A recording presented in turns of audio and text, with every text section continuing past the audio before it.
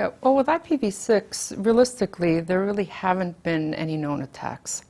And so while there is knowledge that there's botnets and some other malware that are capable of IPv6, I think because the connectivity is still yet sparse enough that the criminal underground or the ones that really want to cause damage, they just still rely on IPv4.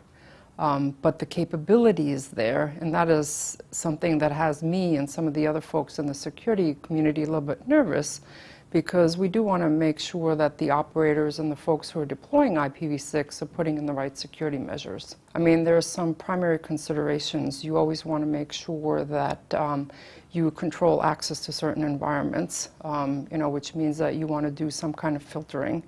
There is what is widely known as BCP38, which I usually tend to call anti-spoof filtering.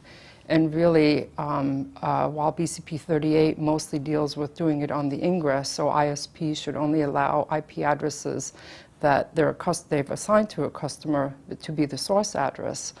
I think also you have to do egress filtering. So at customer premise equipment, CPEs, businesses, traffic that's leaving your environment, you should have the appropriate filters in so that only traffic that has the source address of the traffic that you're sending out of your network is allowed out of your network. I don't think it's harder to secure an IPv6 network than it is with IPv4. You just really have to be diligent.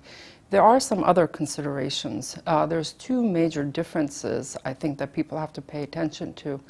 One is that with IPv6, you have multiple source addresses that you can have on a host. And so that's uniquely different from IPv4. And then also you have to deal with extension headers. So extension headers are something that isn't always very well understood, or what their role is and what their purpose is. And I have heard from other colleagues that have done studies that many operators drop packets, IPv6 packets, that have extension headers, which can be a problem with other technologies.